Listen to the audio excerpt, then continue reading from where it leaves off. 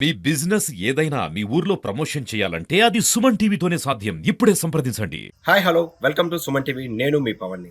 ఈరోజైతే శ్రీకాకుళం జిల్లా కోటబొమ్మాలి మండలం జిఎన్ పేట గ్రామం అయితే వచ్చాము. ఈరోజు ఇక్కడికి రావడానికి ముఖ్య కారణం ఏంటంటే మనందరికీ తెలుసు, నిన్న జరిగినటువంటి ఛత్తీస్గఢ్ మావోయిస్ట్ ఎన్కౌంటర్లో 28 మంది మరణించారు మావోయిస్టులు. అందులో ముఖ్య కార్యదర్శి ఈ మావోయిస్ట్ నేత అగ్రనేత అయినటువంటి కేశవరావు, నంబాల కేశవరావు అలియాస్ బసవరాజు మరణించినటువంటి వార్త. సో అంటే ఆ నక్సలిజానికి పెద్ద దిక్కు కోల్పోయారని అయితే క్లియర్‌గా చెప్పొచ్చు. అటువంటి వ్యక్తి ఈరోజు పుట్టి పెరిగినటువంటి స్వగ్రామమైనటువంటి జీఎన్ పేటకైతే వచ్చాము. అసలు ఆయన ఎంతవరకు చదువుకున్నారు అంటే మనకన్నీ తెలిసిన ప్రకారంగాను, మనం విన్న ప్రకారంగా చూసినట్లయితే ఆయన ఇక్కడ బాగా చదువుకున్న విద్యార్థి. బీటెక్ చేశారు. అదేవిధంగా ఎంటెక్ వరంగల్‌లో చేస్తూ మధ్యలో డిస్కంటిన్యూ చేసి ఆయనైతే ఈ నక్సలిజానికి భావాలకైతే ఆకర్షితుడై అందులోకి వెళ్ళిపోయాడు. తెలిసిన విషయమే. ఆయన తలపైన 1,50,00,000 రివార్డ్ కూడా ఉంది. ఆయన జీవితంలో 75 సంవత్సరాలలో కూడాను ఒకే ఒక్కసారి అయితే అరెస్ట్ అయ్యారు. ఆ తర్వాత నుంచి పోలీసులు కూడా చిక్కకున్నాను. ఆయన చేసినటువంటి వ్యూహాత్మకమైనటువంటి ఆహ్, ప్రళయాలు కానియండి, వ్యూహాత్మకమైనటువంటి రచనలు కానీ ఎవ్వరికీ అంతు చిక్కనటువంటి ఆయన పుట్టి పెరిగినటువంటి స్వగ్రామం అయితే వచ్చాం. ఒక్కసారి ఆ గ్రామస్తుల మాటల్లో ఆయన గురించి తెలుసుకునే ప్రయత్నం చేద్దాం.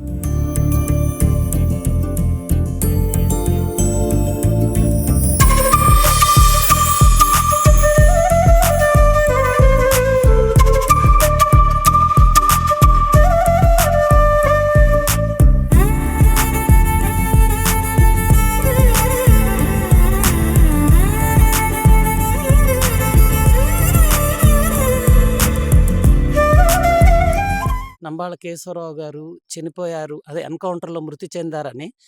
ఆయన పేరు గంగన్న, బసవరాజు అనే పేర్లున్నాయి గానీ, మేము ఆయన్ని నంబాల కేశవరావు గారిని ఊర్లో చూస్తాము. చాలా మంచి వ్యక్తి. అసలు ఆ ఐడియాలజీకి ఎలాగ అట్రాక్ట్ అయ్యారన్నది కొంచెం ఇబ్బందికరంగానే ఉంది చెప్పటానికి. అయినా కొన్ని విషయాలు, ఆళ్ళు వృత్తిపరంగాను వాళ్ళ నాన్నగారు టీచరు. వాళ్ళ ఫ్యామిలీ వెల్ సెటిల్డ్. చాలా అప్పటికి పే బాగా రిచ్ అని అనలేం గానీ, ఒక 30, 40 ఇయర్స్ క్రితము. కానీ ఉన్నతమైన కుటుంబమే అప్పటికే వాళ్ళు. మంచి ఐడియాలజీ ఉన్నవాళ్ళు. ఊర్లో వాళ్ళ నాన్నగారు కూడాను మాకు చదువుల్లో చాలా హెల్ప్ చేశారు. ఇదే స్కూలు. అందులో ఆయన మాస్టారు. ఆళ్ళ బ్రదరు ఆ చివర ఉంటారు. ఆయన పెద్ద మాస్టారు అనేవాళ్ళు. ఆయన చివరుంటారు. ఆయన ఇక్కడ కూర్చుండేవాళ్ళు మాస్టారు. వాళ్ళ చేతుల్లో మేమందరము పెరిగాము. పెద్దవాళ్ళమయ్యాము. నేను కూడా ఎడ్యుకేషన్ పరంగాను ఆయనలాగానే కెమికల్ ఇంజినీర్‌ని. ఆయన ఆర్‌ఈసీ వరంగల్‌లో ఉండేటప్పుడు ఆయన వెళ్లారు. RSU radical student union. ఆయనకి ఐడియాలజీకి అట్రాక్ట్ అయ్యారని తెలిసిన తర్వాతను నేను అక్కడ కంప్యూటర్ ఇంజినీరింగ్ సీట్ వచ్చినప్పటికి అది వదిలేసి ఆంధ్ర యూనివర్సిటీలో కెమికల్ ఇంజినీరింగ్ జాయిన్ అయ్యాను. నేను బాగానే కేరళలో జాబ్ చేసుకొని వృత్తిపరంగాను బయట దేశాలకు వెళ్ళి ఎన్ఆర్ఐగా చూసుకొని వచ్చాను. ఆయన ఐడియాలజీ అంటే ఒక్క ముక్కలో చెప్పాలంటే పేద ప్రజల కోసము ఆయన చేసిన కృషి చాలా గొప్పది. అయితే ఆ ఐడియాలజీలో తుపాకీ అన్నదే ఒకటే నచ్చలేదు గానీ, ఇప్పుడు ట్రైబల్ రైట్స్, నేను కూడా ఒక దళిత్ రైట్ ఫోరంకి రాష్ట్ర కార్యదర్శిని కాబట్టి, దళితులు, గిరిజనులు అలాగే బీసీల్లో కూడా నిమ్న వర్గాలు పడుతున్న బాధలు చాలా ఇప్పటికీ కూడాను రాజకీయంగా తొక్కేయబడుతున్నారు. ఆహ్, ఈవెన్ భూ కబ్జాలు కూడా జరుగుతున్నాయి.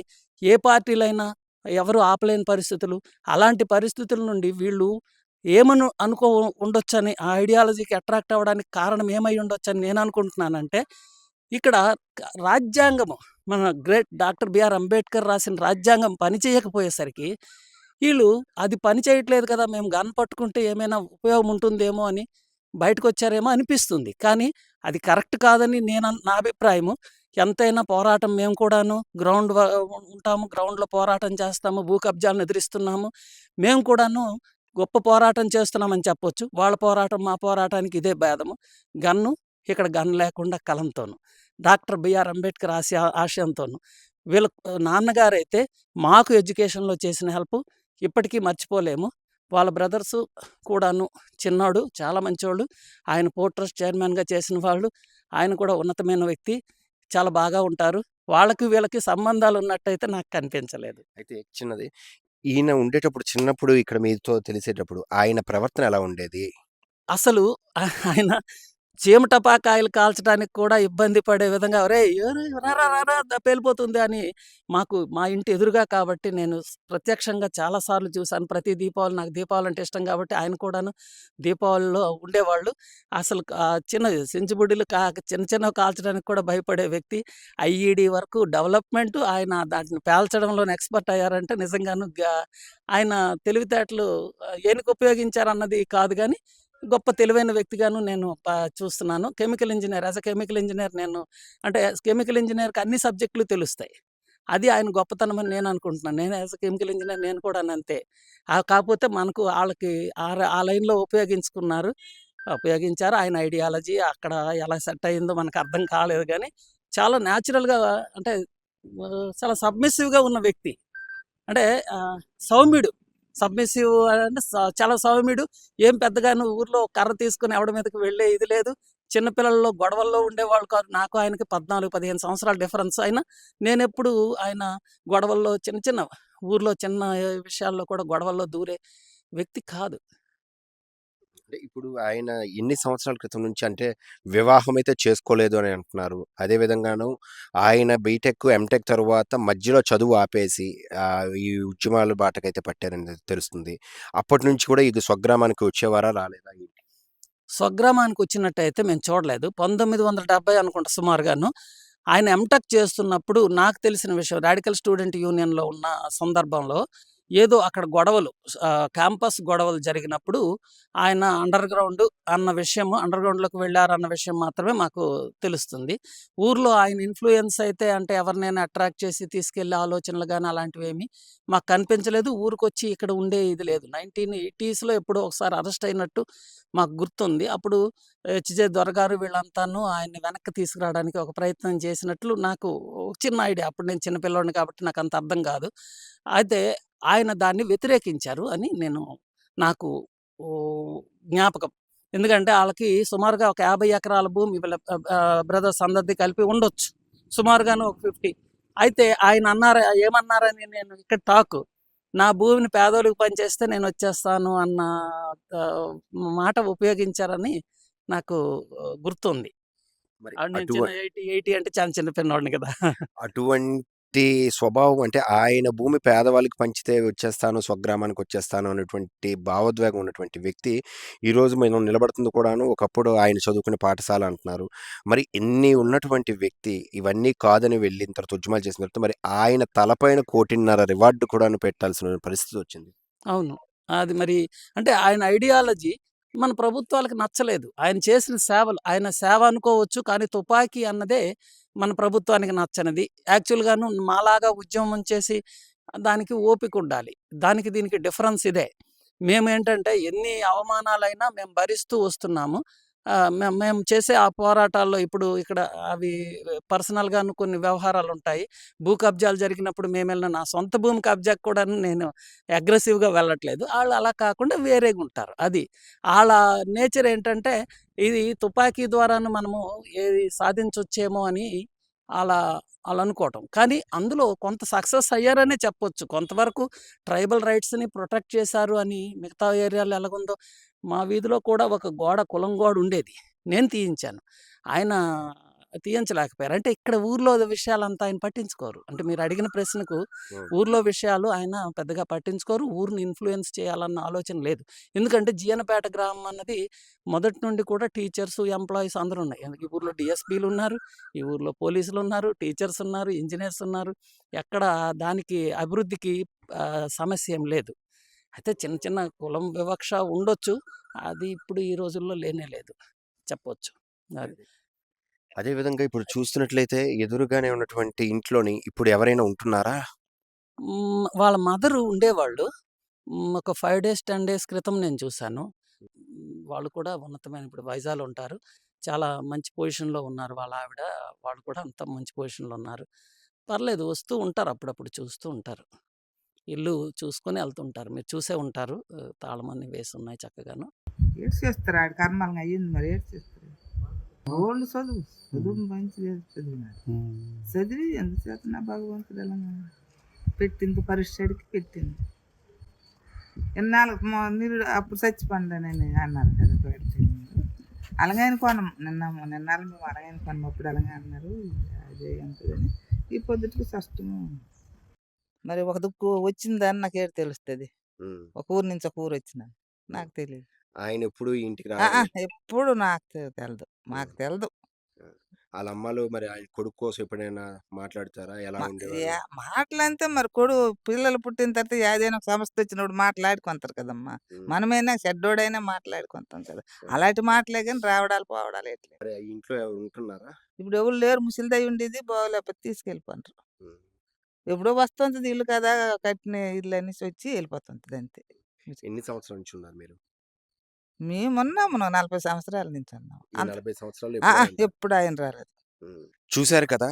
ఈరోజైతే అంటే నక్సలిజం అనే పేరు వింటే భయపడినటువంటి రోజుల్లో ఉన్నటువంటి అటువంటి నక్సలిజానికి అధినాయకుడు అయినటువంటి నంబాల కేశవరావు చిన్నప్పుడు చదువుకున్నటువంటి పాఠశాల ఈరోజైతే శిథిలావస్థకు వచ్చింది. అయితే ఈ పాఠశాలలోనే చదివి ఆయన ఒక్కరు చదువుకోవడమే కాదు, ఈ ఊరిలో చాలా మందికి కూడాను వాళ్ళ తండ్రి ఉపాధ్యాయుడు అవ్వడం బట్టి వీళ్ళందరికి కూడాను విద్య నేర్పించి ఈ ఊరిలో చదివినటువంటి అంటే ఈ స్కూల్లో చదివినటువంటి ప్రతి ఒక్కరు కూడా ఈరోజు ఉన్నత స్థాయిలో అయితే ఉన్నారు. అదైతే మరి మేషర్ విషయంలో ఈయన కూడాను ఇక్కడే చదివానంటున్నారు. సార్ నేను కూడా ఇక్కడే చదివాను. కెమికల్ ఇంజినీరింగ్ ఆంధ్ర యూనివర్సిటీలో చదివి ఉన్నతమైన స్థాయికి వెళ్ళాను. వాళ్ళ నాన్నగారు ఇక్కడ ఈ ఈ ఈ ప్లేస్‌లోనే నాన్నగారు కూర్చుండేవాళ్ళు. వాళ్ళ బ్రదరు అక్కడ కూర్చొని 2వ తరగతి వరకు, ఈయన 3, 4, 5 తరగతులకి చెప్పేవాళ్ళు. ఈ స్కూలు చాలామంది ఇంజినీర్లు, డాక్టర్లు, పోలీస్ ఆఫీసర్సు, అందరిని ఇక్కడి నుండి తయారు చేసింది. ఈ ప్లేసు చాలా పుణ్యమైన ప్లేసు. ఇలాంటి ప్లేస్‌లోనే నంబాల కేశవరావు గారు చదువుకున్నారు. అది నిజంగాను ఈ ప్లేసు మా ఇంటి పక్కనే ఉండడం, మా ఇంటి ఎదురుగానే ఆయన ఉండడం ఒక ఉన్నత ఆశయాలున్న వ్యక్తిగానే నేను పరిగణిస్తాను.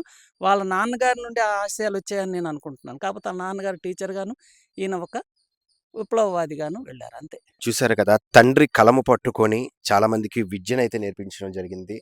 మరి ఆయన కలము వలన జరగనివటువంటి పనులు కానీ, సమస్యలను కానీ తుపాకీతో చేరుస్తాను అంటూ తుపాకీని పట్టుకొనెళ్లారు. అయితే చివరికి ఆ తుపాకీ తోటాకే ఆయన బలైపోయి ఈరోజు చనిపోయినటువంటి విషయం అయితే మనకు చూస్తున్నాము. అంటే ఏదేమైనప్పటికీ ఒక ఉన్నత చదువులు అంటే 75 సంవత్సరాల క్రితం కూడాను బీటెక్ చేసిన తర్వాత ఎంటెక్ కూడా కెమికల్ ఇంజినీర్‌గా జాయిన్ అయ్యి వరంగల్‌లో చేసి ఇక్కడ ఈరోజు కనబడుతున్నటువంటి ఈ శిథిలావస్థమైనటువంటి ఈ స్కూళ్ళు ప్రాంగణంలోనే ఇక్కడే చాలామంది డాక్టర్లు గానీ, ఇంజినీర్లు గానీ, అదేవిధంగా పోలీసు అధికారులు గానీ, అంటే ప్రముఖ వ్యాపారవేత్తలు అందరూ కూడాను ఈ ఊర్లోని చూడ్డానికైతే జీఎన్ పేట అంటే చాలా చిన్న మారుమూల ప్రాంతంగా ఉన్నప్పటికీ ఇక్కడ నుంచి చరిత్ర చెప్పుకోగలిగినటువంటి ముఖ్యమైనటువంటి అంటే వృత్తులనైతే చేపట్టారు. ఈరోజు ఏదైతే నంబాల కేశవరావు వాళ్ళ బ్రదర్ కూడాను ఒక పోర్ట్ చైర్మన్‌గా చేసి రిటైర్ అయ్యారు. అదేవిధంగాను వాళ్ళ అక్క చెల్లెలు కూడాను ఒక మంచి ఉన్నత స్థాయిలోనైతే ఉన్నారు. వాళ్ళ పిల్లలు గాని వీళ్ళంతాను. అటువంటి గొప్ప ఆశయాలు కలిగినటువంటి వ్యక్తి ఈరోజు నక్సలిజంలోకి వెళ్ళడము, తుపాకీని పట్టుకోవడం తప్ప ఆయన చేసిన మిగిలినవన్నీ కూడా ఒక మంచి కార్యక్రమాలనే అంటున్నారు ఈ గ్రామస్తులు. చూశారు కదా! నంబాల కేశవరావు అలియాస్ బసవరాజు 70 సంవత్సరాలతోని ఈరోజైతే జరిగినటువంటి ఎన్‌కౌంటర్‌లో మృతి చెందినటువంటి విషయం అయితే పోలీసు వాళ్ళు మనకి వెల్లడించారు. ఆయన పైన 1,50,00,000 రివార్డ్ ఉంది. కాకపోతే ఇక్కడికొచ్చిన తర్వాత తెలుసుకున్నటువంటి ఒక ఇంట్రెస్టింగ్ టాపిక్ ఏంటంటే ఆయనకున్నటువంటి 50 ఎకరాల పొలాన్ని కూడాను పేద ప్రజలకు పంచితే అటువంటి ఆశయాలను ఆ నక్సలిజాన్ని వదిలేసి వచ్చేస్తానని ఆ రోజుల్లో చెప్పారంటూ ఇక్కడ గ్రామస్తులైతే వాపోతున్నారు. అటువంటి గొప్ప ఆశయం ఉన్నటువంటి వ్యక్తి ఏదేమైనప్పటికీను కూడా అంటే ఇక్కడికి రానంత వరకు ఆయన ఒక నక్సలైట్‌గానే చూసాము. ఇక్కడికొచ్చిన తర్వాత ఆయన భావాలు గాని, ఆయనటువంటి ఆశయాలు కూడాను అంటే ఆయన ఎళ్ళే త్రోవ కరెక్ట్ కాకపోవచ్చు కానీ, ఆయన చేసే పోరాటం అయితే కరెక్టే అంటూ ఇక్కడ గ్రామస్తులైతే చెప్తున్నారు. Thank you. సుమన్ టీవీ.